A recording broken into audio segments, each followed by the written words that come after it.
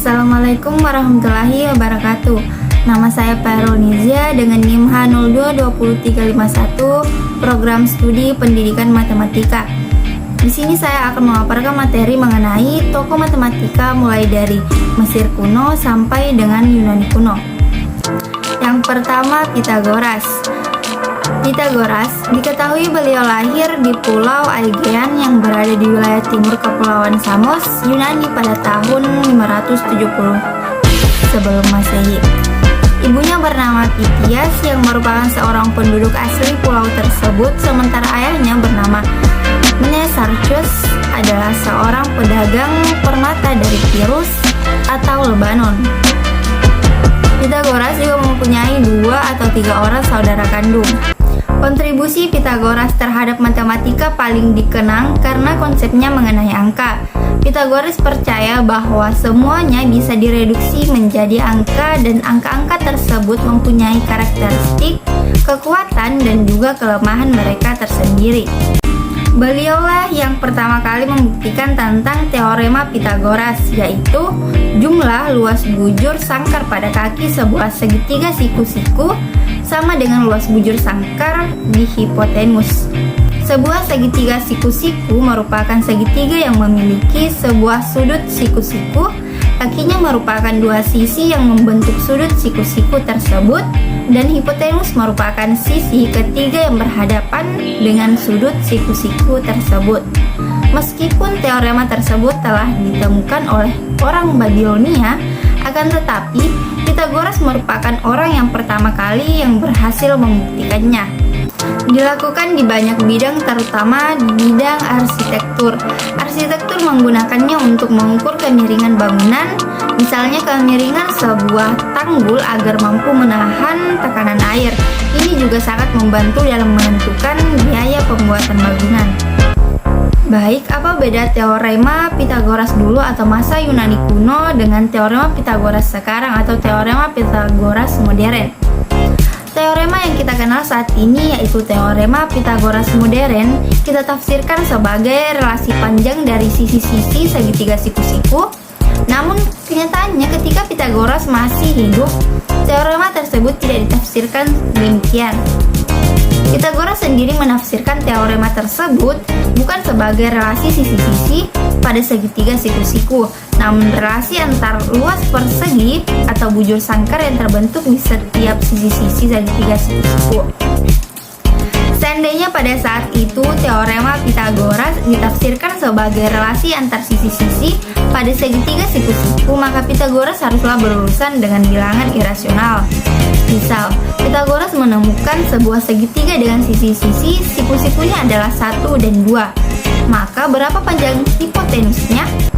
Jelas akar 5, sementara akar 5 adalah bilangan irasional. Jangankan alat bantu untuk menghitung seperti kalkulator. Pada saat itu simbol akar kuadrat saja belum ada. Simbol kuadrat baru diperkenalkan oleh Christoph Rudolph sekitar tahun 2000 setelah Pythagoras lahir. Pythagoras hanya tahu hipotenusa segitiga tersebut hanya berupa segmen garis dari segitiga siku-siku. Dia tidak mengetahui berapa nilai dari akar 5. Baik, tokoh yang kedua adalah Thales. Perintis matematika dan filsafat Yunani adalah Thales. Lahir dan meninggal di kota kecil Miletus yang terletak di pantai barat Asia Kecil, sebuah kota yang menjadi pusat perdagangan. Kapal-kapal pedagang dengan mudah berlayar ke Nil di Mesir, sedangkan karavan melakukan perjalanan lewat darat menuju kota di Babylon. Penduduk Miletus suka melakukan kontak dagang dengan kota-kota Yunani dan warga Phoenisia. Di kota ini juga merupakan tempat pertemuan timur dan barat dan tempat lahirnya Thales. Awalnya, Thales adalah seorang pedagang, profesi yang membuatnya sering melakukan perjalanan. Dalam suatu kesempatan berdagang ke Mesir dan Babilonia, pada masa pemerintahan Nebukadnezar, dalam waktu senggangnya Thales mempelajari astronomi dan geometri. Hal ini dipicu ketertarikannya bahwa dengan menggunakan alat-alat tersebut mereka dapat memprediksi gerhana matahari setiap tahunnya. Barangkali dapat disebut matematikawan pertama yang merumuskan teorema atau proposisi, di mana tradisi ini menjadi lebih jelas setelah dijabarkan oleh Euclid. Landasan matematika sebagai ilmu terapan sudah diletakkan oleh Thales sebelum muncul Pythagoras yang membuat bilangan adalah sesuatu yang sakral selain memanfaatkan imajinasi. Dia berhasil menemukan cara menghitung ketinggian salah satu piramida di Mesir. Dia menunggu pada siang hari ketika bayangannya memiliki tinggi yang sama dengannya, dan kemudian dia mengukur bayangan piramida. Dia juga berhasil membuktikan beberapa gagasan matematika yang menarik. Thales membuktikan bahwa lingkaran terbagi oleh diameternya, sudut pada kaki dari segitiga sama kaki adalah sama. Jika ada dua garis yang saling memotong, maka sudut yang berlawanan adalah sama besar. Dan yang terakhir, jika dua segitiga memiliki dua sudut dan satu sisi yang sama, maka kedua segitiga tersebut identik. Baik, tokoh matematikawan selanjutnya adalah Euclid. Euclid adalah tokoh ilmu ukur dari Yunani. Dia juga penyusun buku pelajaran yang terbesar sepanjang abad. Euclid dikenal juga sebagai Euclid of Alexandria. Euclid ini adalah salah satu murid dari Akademia Plato di Athena. Selain kemasyhurannya, hampir tidak ada keterangan terperinci mengenai kehidupan Euclid yang biasa diketahui. Dia pernah aktif sebagai guru di Iskandaria, Mesir pada sekitar 300 sebelum Masehi. Tetapi kapan dia lahir dan meninggal benar-benar tidak jelas. Bahkan sulit diketahui di benua dan di kota mana dia dilahirkan. Meskipun demikian, karyanya mengenai ilmu ukur The Elements adalah warisan penting bagi dunia. Dengan memberikan fondasi yang jelas pada geometri, tentu Euclid secara langsung memberikan pengaruh kepada para pemikir baik di zamannya maupun ribuan tahun setelahnya, karena geometri itu dipakai di mana-mana. Beberapa hal yang pasti, geometri itu dipakai para engineer di Yunani untuk membuat berbagai bangunan seperti teater, kuil para dewa dan dewi, rumah, permandian, benteng, stadium, pasar, dan sebagainya. Tetapi selain itu, jangan lupa bahwa geometri juga dipakai oleh para astronom ketika mengamati benda-benda di angkasa. Euclid menunjukkan dengan jelas bagaimana suatu pernyataan dalam matematika itu bisa dibuktikan sampai ke ujung, di mana ujungnya itu adalah postulat atau aksioma. Hal ini menjadi inspirasi bagi matematikawan lainnya untuk melakukan hal yang sama dan membuktikan sampai ke ujung. Yang pertama, The Elements, terdiri dari 13 jilid buku. Seluruh buku itu dibagi menjadi 4 bagian. Yang pertama, definitions atau definisi. Yang kedua, postulates atau postulat. Yang ketiga, common notions atau gagasan umum. Yang keempat, propositions atau dalil. Baik, yang kedua itu kecacatan pada postulat Euclid. Semua postulat membawa apa yang disebut dengan pembuktian diri atau self-evidence. Postulat kelima dibuktikan oleh Euclid tanpa memberikan cara pembuktian. Upaya pertama untuk membuktikan postulat kesejajaran ini dilakukan oleh Girolamo Saccheri, pendeta Jesuit berkebangsaan Italia yang mendukung Euclid dengan menerbitkan buku berjudul Euclid's Ab Omni Nihilo Vindicatus atau Euclid bebas dari semua kesalahan pada tahun 1733. Yang ketiga, karya lain dari Euclid, yakni yang pertama data, yang kedua divisions of figures atau divisi angka, yang ketiga ketchup tricks, yang keempat fenomena, dan yang kelima optik. Baik, tokoh selanjutnya Archimedes. Archimedes yang hidup di Yunani pada tahun 287 sampai 212 sebelum Masehi. Ia merupakan anak dari Phidias, seorang astronomi Yunani kuno. Selain itu, Archimedes juga merupakan keponakan Raja Hiero yang kedua yang memerintah di Sirakusa pada masa itu. Archimedes dikenal sebagai seorang matematikawan, fisikawan, astronom sekaligus filsuf. Ia dilahirkan di kota pelabuhan bernama Sirakusa. Kota ini sekarang dikenal sebagai Sisilia. Sebagian sejarawan matematikawan memandang Archimedes sebagai salah satu matematikawan terbesar sejarah, mungkin bersama-sama Newton dan Gauss. Archimedes menjadi terkenal setelah ia melompat dari bak mandinya dan berlari-lari telanjang setelah membuktikan bahwa mahkota raja tidak terbuat dari emas murni. Ucapannya, "Eureka, aku menemukannya," menjadi terkenal sampai saat ini.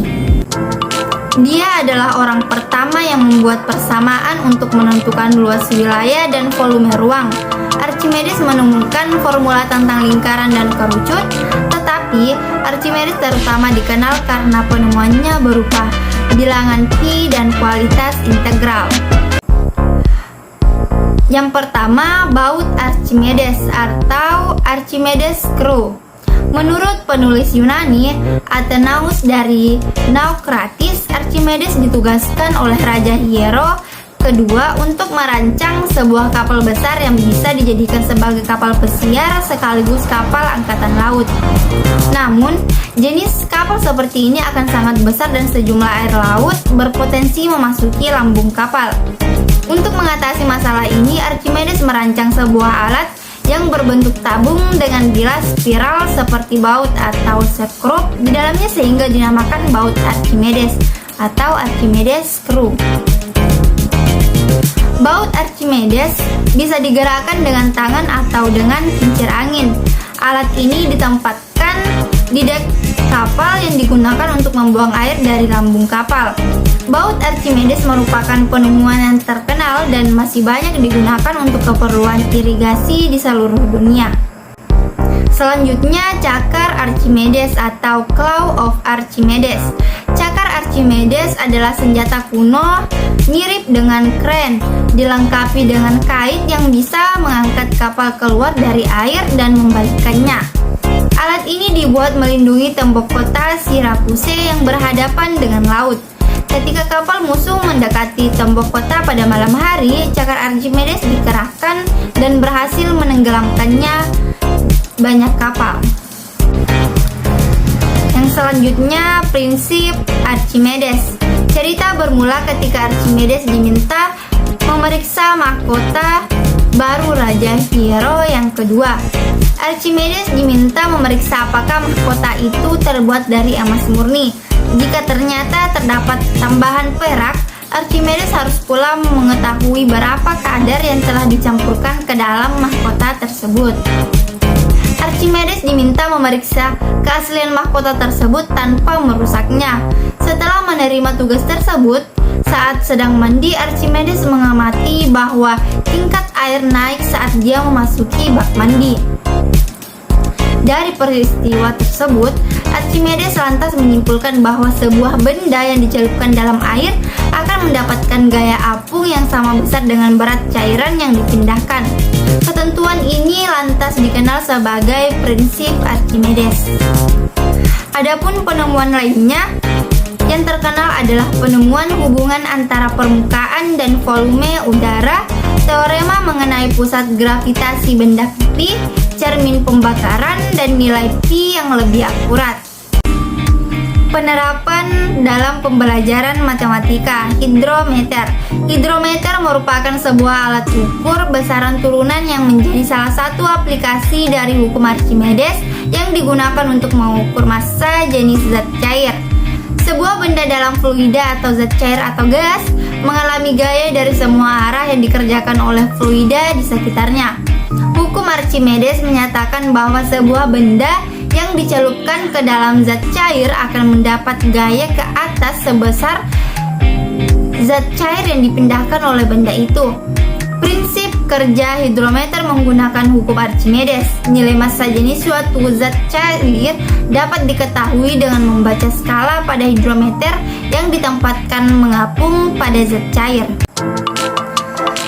Baik, matematikawan yang terakhir adalah Diopantus.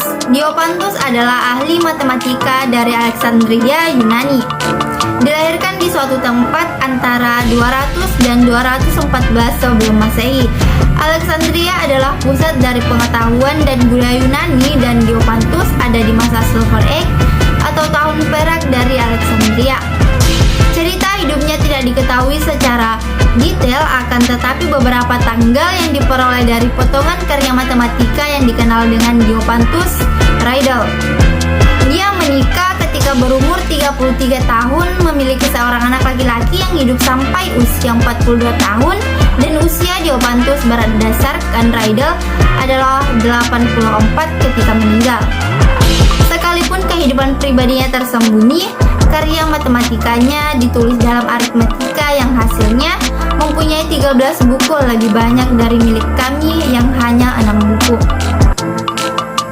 Informasi dari buku-buku ini memberitahukan bahwa Diopantus belajar dari guru Babilonia dan karya-karyanya terinspirasi dari peneliti Yunani dan Babilonia. Aritmetikanya adalah karya utama Diopantus. Ini didasarkan atas karya-karyanya aljabar di sejarah Yunani yang paling nyata dan paling berpengaruh. Gayanya sangat berbeda. Dia tidak pernah menggunakan metode umum dalam menyelesaikan permasalahan. Satu metode yang dipakai untuk menyelesaikan masalah tidak dapat digunakan untuk permasalahan lain sekalipun sejenis atau mirip. Diopantus menulis bahwa banyak buku, akan tetapi sayang sekali hanya sedikit yang masih ada. Dia melakukan banyak penelitian di aljabar, memecahkan permasalahan bilangan bulat. Beberapa persamaan ini menghasilkan kemungkinan jawaban yang lebih dari satu. Persamaan-persamaan ini sekarang disebut Diopantine atau tidak terbatas. Tidak ada satupun selain Diopantus yang mulai menggunakan simbol untuk menspesifikasikan nilai yang tidak diketahui dalam sebuah persamaan. Tipe aljabar miliknya dikenal sebagai sign couplet, model dari penulisan aljabar yang mana merepresentasikan polinomial seperti yang sudah diketahui. Sebelum penggunaan simbol-simbol persamaan oleh Diopantus selesai ditulis, seorang sejarawan matematika, Kurt Vogel, mengatakan atas dasar simbol-simbol Diopantus, yaitu simbol-simbol yang diperkenalkan oleh Diopantus pertama kali tidak dapat disangkal bahwa dirinya sendiri yang menyediakan sebuah gambaran persamaan yang dapat dipahami dalam bentuk singkat dan mudah dibaca. Sejak singkatan juga dipakai untuk kata sama, Diopantus memberikan langkah dasar dari aljabar dengan kata-kata menjadi aljabar dengan simbol. Dia juga menggunakan pecahan sebagai angka. Persamaan-persamaannya adalah ringkasan dari sejumlah teori. Berkenaan dengan ini, dia dikenal sebagai Bapak Aljabar. Sekalipun ada ketidakcocokan di karyanya, seperti halnya kurangnya angka-angka yang dibutuhkan dalam menyatakan lebih banyak metode-metode yang umum, teknik yang terpisah ini membatasi karya-karya Diopantus hanya pada permasalahan yang spesifik. Dia juga tidak memiliki simbol untuk angka yang umum atau dengan lambang N. Disebutkan bahwa Diopantus menulis tentang angka-angka poligonal. Ada beberapa buku yang menuliskan tentang penggunaan angka-angka ini. Preliminaries to the Geometric Elements adalah karyanya yang dianggap sebagai tulisan pahlawan Alexandria, akan tetapi penelitian yang sekarang oleh Wilbur Knorr menyatakan bahwa Geometric Elements ini ditulis oleh Diopantus. Problem Diopantus untuk menemukan bilangan x, y, a dalam persamaan x pangkat 2 ditambah y pangkat 2 sama dengan a pangkat 2, atau x pangkat 3 tambah y pangkat 3 sama dengan a pangkat 3, kelak mendasari Fermat mencetuskan TTF atau teorema terakhir Fermat. Prestasi ini membuat Diopantus seringkali disebut dengan ahli aljabar dari Babilonia dan karyanya disebut dengan aljabar Babilonia. Sebagian besar pengetahuan kita tentang kehidupan Diopantus berasal dari antologi Yunani abad ke-5 tentang sejumlah permainan dan teka-teki yang dibuat oleh Metrodorus. Salah satu masalah kadang-kadang disebut tulisan di batu nisannya menyatakan, "Disinilah Diopantus, lihatlah keajaiban melalui seni aljabar." Batu menceritakan berapa usia Tuhan memberinya masa kanak-kanaknya seperenam dari hidupnya, 1/12 lebih muda saat kumis tumbuh, dan kemudian ke-7 perkawinan telah dimulai. Dalam 5 tahun datanglah seorang putra baru yang memantul. Sayangnya anak terkasih dari Tuan dan orang bijak, setelah mencapai setengah dari takdir kehidupan ayahnya, nasib membawanya. Setelah menghibur nasibnya dengan ilmu angka selama 4 tahun, ia mengakhiri hidupnya. Teka-teki ini menyeratkan bahwa usia X Diopantus dapat dinyatakan sebagai X sama dengan X per 6 tambah X per 12 ditambah X per 7 ditambah 5 ditambah X per 2 ditambah 4, yang memberi nilai X adalah 84 tahun. Namun keakuran informasi tidak dapat dikonfirmasi secara independen. Itulah tadi yang bisa saya sampaikan, kurang dan lebihnya mohon dimaafkan. Wabillahi taufiq wal hidayah. Wassalamualaikum warahmatullahi wabarakatuh.